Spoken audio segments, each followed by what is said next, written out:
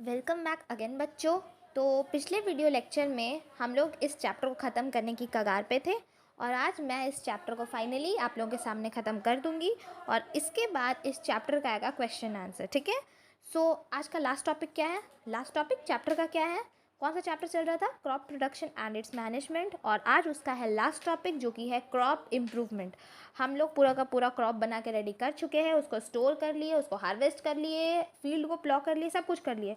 और जो लोग मेरे साथ ये सब काम नहीं किए उनसे मेरा रिक्वेस्ट है कि प्लीज़ मेरे प्लेलिस्ट पे जाइए और जाके ये सारा काम कीजिए और एक अच्छा सा क्रॉप उगाइए और घर में बैठ के खाइए। ठीक है। सो हम लोग आज पढ़ने वाले क्रॉप इम्प्रूवमेंट, मतलब क्रॉप को इम्प्रूव कैसे किया जाए।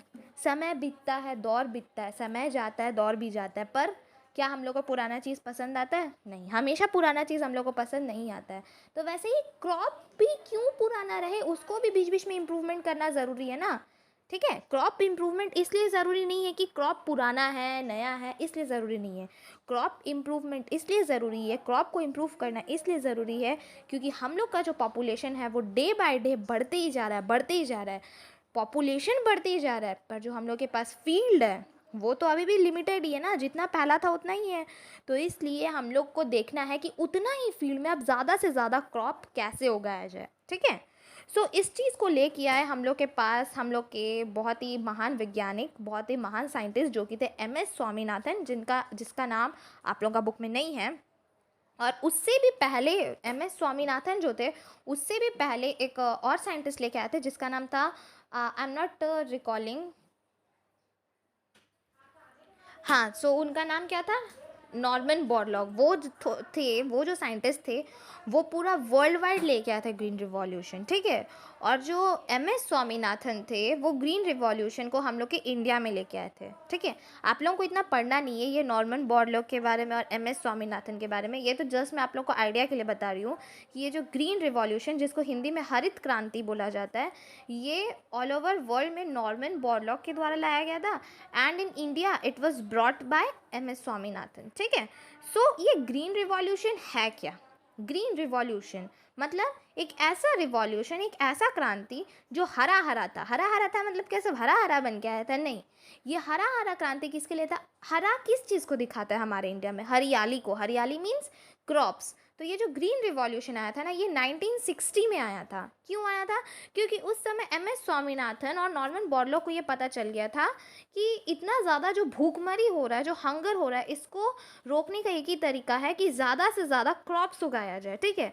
ज़्यादा से ज़्यादा क्रॉप्स उगाने का मतलब है ज़्यादा फील्ड चाहिए। अब वो लोग सोचे कि इतना सारा फील्ड कहाँ से लाएं, ये तो पॉसिबल नहीं है ना कि इतना सारा फील्ड लाया जाए क्योंकि लैंड तो लिमिटेड है। तो वो लोग सोचे कि क्यों ना कुछ ऐसा करे कि उतना ही फील्ड में उससे ज़्यादा पैदावार हो, जितना पहले होता था उससे कई गुना ज़्यादा हो। तो वो लोग जो सीड्स यूज़ करते थे उस सीड को अपना लेबोरेटरी में ले जाके अलग वैरायटी ऑफ सीड्स बनाए, हाई यील्डिंग वैरायटी, जिसको हम लोग बोलते हैं HYB सीड्स। ऐसा सीड्स बनाए जिसमें बहुत जल्दी जल्दी जल्दी जल्दी पैदा होने का शक्ति हो, मतलब ऐसा सीड्स जो जल्दी बड़ा हो जाए, जिसको ज़्यादा इरिगेशन का दरकार ना हो, जो पहले से पेस्ट फ्री हो, जिसको मतलब पहले से ये पता हो कि वो डिजीज़ फ्री है, वो सीड्स को खुद प्रोटेक्ट कर सकता है, उसको किसी और का दरकार नहीं है। मतलब ऐसा सीड्स बनाए जो आत्मनिर्भर है। ठीक है। High yielding variety of seeds, ऐसा सीड्स जिससे बहुत ज़्यादा पैदावार होने लगा। सपोज अभी जो हम लोग के पास फील्ड है उसमें अगर हम लोग का 1 टन गेहूँ निकलता है जिस फील्ड से, उसी फील्ड से अब 10 टन गेहूँ निकलने लगा। ऐसा सीड बना के रेडी किए। ठीक है।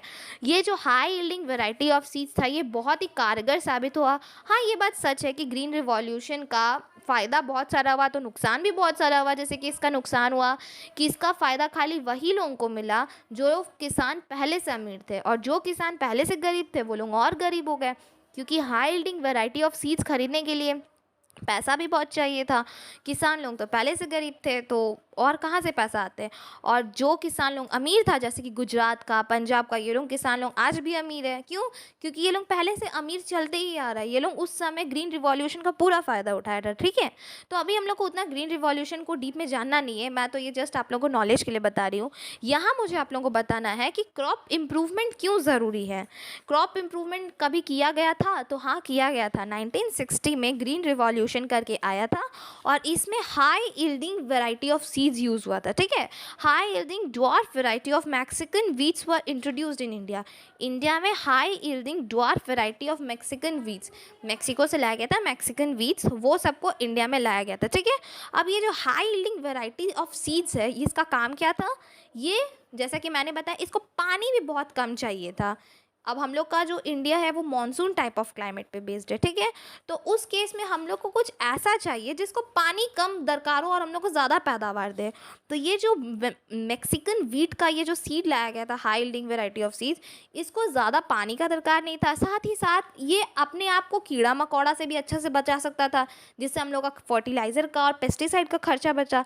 साथ ही साथ ये डिजीज़ भी नहीं होता था इसमें, और लॉजिंग का भी प्रॉब्लम नहीं था। लॉजिंग मतलब मैंने वीडियो में कवर किया है, लॉजिंग क्या है, जब इरिगेशन प्रॉपरली नहीं होता है तो प्लांट झुक जाता है, वही है लॉजिंग, ठीक है। ये तो हुआ ग्रीन रिवॉल्यूशन।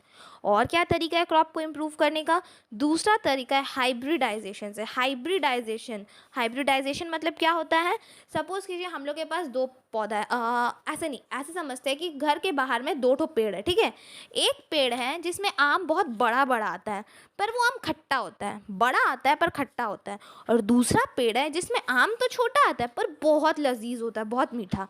हम लोग चाहते हैं कि क्यों ना कोई ऐसा पेड़ हो जिसमें आम भी बड़ा हो और साथ ही साथ मीठा भी हो। तो हम लोग क्या चाहेंगे कि इसका कुछ गुण ले ले, उसका कुछ गुण ले ले, और दोनों को मिला के एक नया पौधा बना दे। ऐसा होता है ना खुरापाती दिमाग में, काश ऐसा हो जाए कि ये बड़ा वाला आम जो है ये बड़ा रहे पर इसमें दूसरा वाला पेड़ का मिठास आ जाए, कितना मज़ा आएगा खाने में, बड़ा आम और मीठा आम, आहा, ऐसा लगता है ना।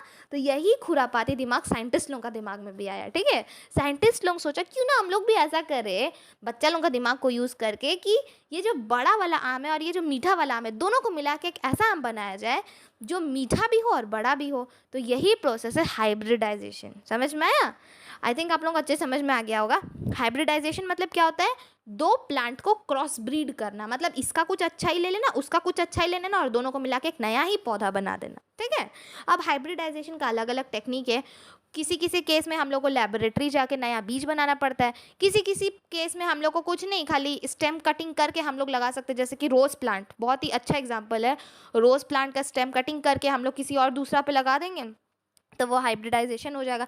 अब इसका मतलब ये नहीं है कि रोज़ का प्लांट को काट के जाके आम का पेड़ में लगा देना तो रोज़ और आम दोनों उग जाएगा, नहीं, वो रोज़ में ही लगाना है, ठीक है, पर दूसरा वाला में।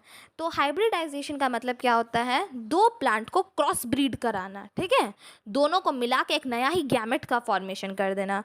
सो यहाँ पे आप लोगों का बुक में भी लिखा हुआ है, another way of improving yield मतलब पैदावार is by developing new varieties of crop. This can be done by cross breeding two different varieties and this phenomena is known as hybridization, ठीक है। अब होता क्या है ना कि सबसे पहले हम लोग दो पौधा लेते हैं, सपोज कीजिए पौधा ए पौधा बी, ठीक है। मैं इसके लिए आपके लिए एक डायग्राम भी लेके आई हूँ, इसमें अच्छे से आप लोगों को समझ में आएगा इमैस्क्यूलेशन क्या होता है। सो मैं क्या बोल रही थी कि सपोज हम लोग दो प्लांट लिए, plant number A plant number B. Plant number A में कुछ अच्छा ही है, प्लांट नंबर बी में कुछ अच्छा ही है, प्लांट नंबर ए में कुछ बुराई है, प्लांट नंबर बी में कुछ बुराई है। हम लोग चाहते हैं कि दोनों प्लांट का अच्छाई को लेके एक नया पौधा बनाए, ठीक है। तो हम लोग क्या करेंगे, प्लांट ए में से एंथर को रिमूव करेंगे। आप लोग इस फोटो में देखिए, इस फोटो में दिख रहा है ना, एंथर को मैन्युअली रिमूव किया जा रहा है। एंथर को रिमूव करने का प्रोसेस को बोला जाता है इमैस्क्यूलेशन। समझ में आया? जब हम लोग प्लांट ए में से एंथर को रिमूव करेंगे, एंथर रिमूव करने का बहुत सारे तरीका है। यहाँ पे मैंने इस फोटो में आप लोगों को दिखाया कि हाथ से रिमूव कर रहे हैं, कभी कभी कोई केमिकल के मदद से भी करते हैं। जो भी एंथर को रिमूव करने का प्रोसेस को क्या बोला जाता है, इमैस्क्यूलेशन, ठीक है। अब जैसे ही हम लोग एंथर रिमूव करते हैं उसके बाद क्या करते हैं, anther from plant B are taken and its pollen are dusted on stigma of A. हम लोग प्लांट बी में से एंथर लेते हैं और उसका जो पॉलन होता है ना, वो जो पीला पीला रहता है पॉलन ग्रेन्स, प्लांट बी में से वो पॉलन लेके अब हम लोग एंथर ए प्लांट का स्टिग्मा में उसको छिड़क देते हैं। फिर से एक बार हम लोग क्या करेंगे, प्लांट ए में से एंथर निकालेंगे, उसके बाद प्लांट बी में से एंथर लेके उसको प्लांट ए का स्टिग्मा में छिड़क देंगे। अब छिड़कने के बाद जल्दी से उसको एक पेपर बैग की मदद से बंद कर देंगे। ये थर्ड फोटो में आप लोग देखिए, इसमें क्या किया है मैंने नहीं किया, साइंटिस्ट लोगों ने किया है। इसको पेपर बैग से बंद कर दिया जाता है, क्यों, ताकि उड़े ना, उसको प्रोटेक्ट करने के लिए पेपर बैग से बंद कर दिया जाता है। और यही तरीका होता है इमैस्कुलेशन का, इससे एक नया वैरायटी ऑफ प्लांट प्रोड्यूस होता है। ठीक है, समझ में आया? आई होप आप लोगों को बहुत अच्छे समझ में आ गया होगा। ठीक है, अब ये जो वर्क है ये कोई भी कर सकता है, एक नॉर्मल जो पीजेंट होता है, जो फार्मर होता है, वो भी कर सकता है, बट बात यही है कि वो लोगों को इतना जानकारी नहीं होता है। ठीक है, इसलिए ये जितना भी वर्क है, this work is done basically by agricultural universities and the research universities. ठीक है, these hybrid seeds are then distributed among farmers. तो ये जितना भी यूनिवर्सिटीज़ होता है, ये जो हाइब्रिड सीड्स का काम है, ये जब हो जाता है, जब साइंटिस्ट अपना जो भी लैब में ये सीड्स बना लेता है, उसके बाद ये फार्मर्स को डिस्ट्रीब्यूट कर दिया जाता है। ठीक है, कुछ पैसा लेके फार्मर्स को ये सीड्स डिस्ट्रीब्यूट कर दिया जाता है। हाँ, गवर्नमेंट भी इसमें कुछ सब्सिडीज़ देती है। ठीक है, ये चैप्टर का हुआ एंडिंग। अब इसमें एक छोटा सा डू यू नो है, उसको देख लेते हैं। डू यू नो में क्या है? डू यू नो में है GM क्रॉप्स और genetically modified crops are plants whose DNA have been modified using various tactics of genetic engineering। ठीक है, GM क्रॉप्स जिसको हम लोग बोलते हैं जेनेटिकली मॉडिफाइड क्रॉप्स, इसको प्रिपेयर किया जाता है DNA के बेसिस पे, मतलब दोनों का DNA मिला के एक नया DNA बनाया जाता है प्लांट का। ठीक है, और ये जेनेटिक इंजीनियरिंग वाला बच्चा लोग ही कर सकता है, कोई ऐसे ही नॉर्मल बच्चा लोग नहीं। DNA of this plant is modified to impart them characteristics that are not naturally present in them। ये दोनों DNA को क्यों मिलाया जाता है? ताकि एक नया खासियत उस तीसरा पौधा में प्लांट हो, एक नया खासियत वो लोग में आए जो हम लोग को चाहिए। तो DNA मिलाना ही क्यों ज़रूरी है? हम लोग नॉर्मली हाइब्रिडाइजेशन से भी कर सकते हैं।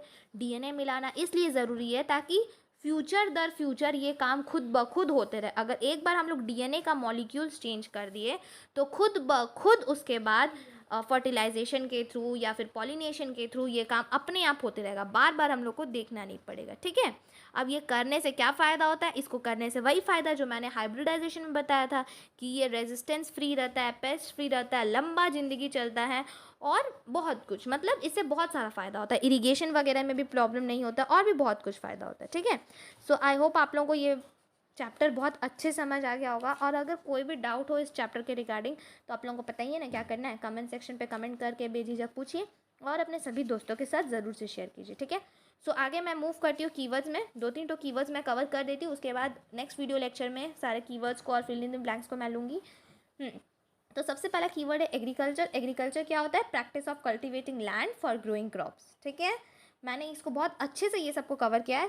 इसको मैं अभी कुछ ज़्यादा समझाने में टाइम वेस्ट नहीं करूँगी, क्योंकि जो स्टूडेंट मेरा वीडियो पहले से देख रहा है वो लोगों का टाइम वेस्ट हो जाएगा ना, और जो लोग नहीं देखे उससे यही बोलूँगी मैं कि जाके देख लीजिए। दूसरा है ब्रॉडकास्टिंग। ब्रॉडकास्टिंग मतलब सीड्स को अपना हाथ से स्कैटर कर देना। कंबाइन क्या है? एक ऐसा मशीन जिससे हार्वेस्टिंग और थ्रेशिंग दोनों हो जाए। क्रॉप्स क्या है? वही प्लांट, एक ही टाइप का प्लांट जो बहुत लंबा सा फील्ड में उगाया जाए। Plants of same kind grown on a large scale for food, fibre, medicine etcetera. Fertiliser क्या है?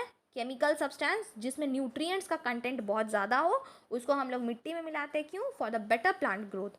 ग्रैनरी क्या है? एक तरह का रूम है या फिर स्टोर हाउस है जिसमें हम लोग ग्रेन्स को स्टोर करते हैं। रूम और store house meant to store threshed grains. Harvesting क्या है? Cutting and gathering of crops after maturation.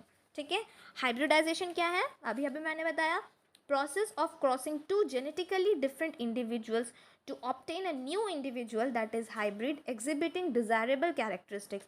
Hybridisation क्या है? दो इंडिविजुअल को मिला के एक नया इंडिविजुअल बनाना, जिसको हम लोग बोलते हैं हाइब्रिड। और क्यों हम लोग वो बनाते हैं? ताकि हम लोग को जो चाहिए, हम लोग को वैसा कैरेक्टरिस्टिक्स, वैसा खासियत वाला कुछ मिले। ठीक है, बाकी का जितना भी है मैं उसे नेक्स्ट वीडियो लेक्चर में ज़रूर से कवर अप करूँगी।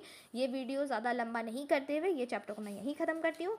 गाइज़, मेरे नेक्स्ट वीडियो के लिए आप लोग मेरे चैनल को ज़रूर से सब्सक्राइब करके रखें, और जो मैं हमेशा बोलती हूँ, अपना ध्यान रखें और पढ़ाई में ज़रूर ध्यान दें। Thank you and bye bye.